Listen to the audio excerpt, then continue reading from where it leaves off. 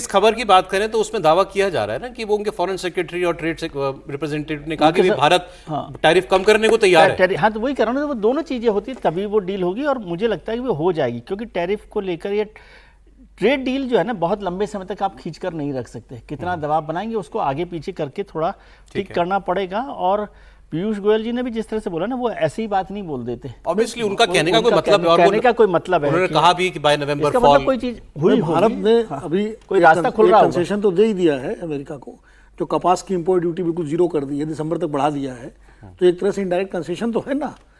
तो इस तरह से दोनों तरफ से कुछ ना कुछ तो लेन देन की बात होगी। ताजा दावा आपको जो बात है पीयूष गोयल जी की सर वो सुनाता हूं, फिर आपकी बात जुड़ जाएगी उसमें। उन्होंने ये कहा पीयूष गोयल जी, क्योंकि वो ट्रेड नेगोशिएशन भारत की तरफ से करने वाले वो हैं व्यक्ति, तो उन्होंने कहा कि हमारे संबंध बहुत मजबूत हैं।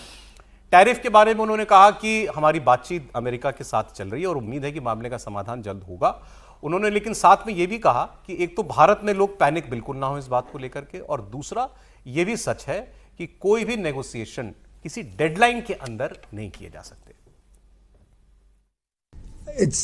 It was expected that the compensation cess will get over sometime towards this next quarter. So considering that they were working in this towards this end, it's a matter of chance that the two have coincided. Well, I don't think there's any need to panic. We should allow the negotiations to happen.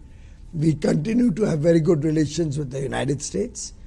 And I'm sure that we'll be able to resolve some of these issues and come to a equitable, fair and balanced agreement. Is there a timeline? No, there's never a timeline in negotiation. You should do it patiently because you are working for a long term. You have to look at the future and decide what you're. ये इनका कहना है। और एक white house के में भी एक सवाल पूछा गया एक प्रेस कॉन्फ्रेंस में, जो उनके प्रेस सेक्रेटरी जो भी होते हैं, उन्होंने सर ये कहा कि उनका जवाब भी पॉजिटिव था।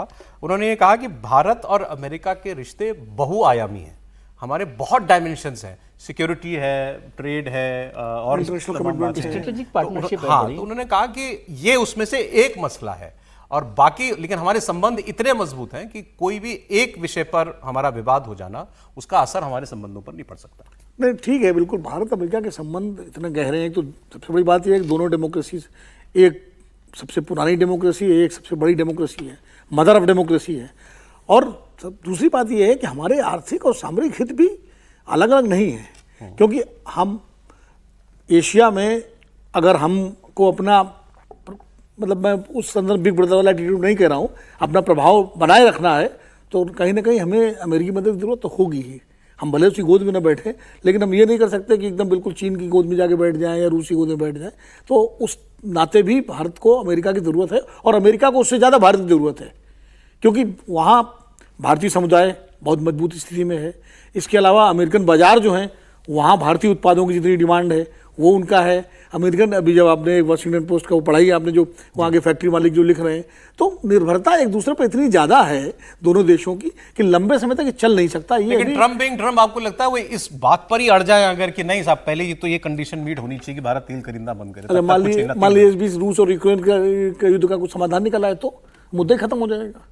वो भी तो कोशिश हो ही रही है ना भारत की, मतलब उसमें यूरोपियन यूनियन के देश भी कर रहे हैं, ट्रम्प साहब भी अपने तरीके से कर रहे हैं। भारत की सीज फायर क्यों नहीं करवा पा रहे, जो पाकिस्तान और भारत के बीच में उन्होंने 1 मिनट में करवा दिया था? यूक्रेन में क्यों नहीं करवा पा रहे? तो हथियार बेच रहे हैं ना वहाँ। अब उन्होंने लेकिन नोबेल की ख्वाहिश छोड़ दी है।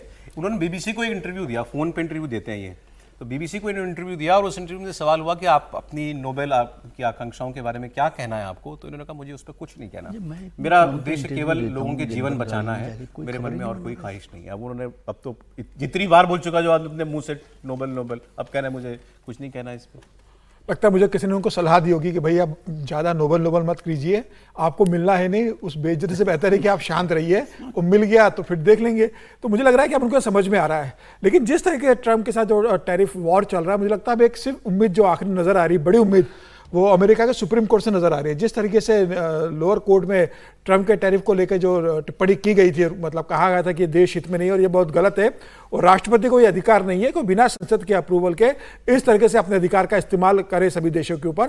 तो मुझे लग रहा है अगर वो उन्होंने कहा है सुप्रीम कोर्ट से जल्दी सुनवाई करने के लिए, अगर सुप्रीम कोर्ट भी लोअर कोर्ट की बात की अगर सहमति देता है और ये कहता है कि भाई राष्ट्रपति इस तरीके से मनमाना फैसला नहीं ले सकते, आपको ये अधिकार नहीं है, ये संसद का अधिकार है, तो मुझे लग रहा है कि ये एक बड़ा मामला होगा। उसके बाद ट्रंप के जरूर निश्चित रूप से तेवर ढीले पड़ेंगे, क्योंकि रिपब्लिक पार्टी के अंदर भी एक बड़ा वर्ग है जो ये कह रहा है कि भाई जिस तरीके से भारत के साथ संबंध ट्रंप ने खराब कर लिए, अब ये संबंध नॉर्मल करने में दशकों लग जाएंगे। हालांकि सर सुप्रीम कोर्ट में इनके नॉमिनी ज्यादा है, नहीं ठीक है ज्यादा है, लेकिन तो वहां से तो ये अपना काम बनवा लेंगे ऐसा इनको। लेकिन उन्होंने एक बात कही है, अभी उन्होंने कहा कि अगर सुप्रीम कोर्ट का फैसला टैरिफ के खिलाफ आ गया तो हम बहुत बड़ी परेशानी में इसलिए होंगे कि जितने समझौते इन्होंने अभी किए हैं डरा धमका के देशों को, वो सबको पैसे लौटाने पड़ेंगे इनको।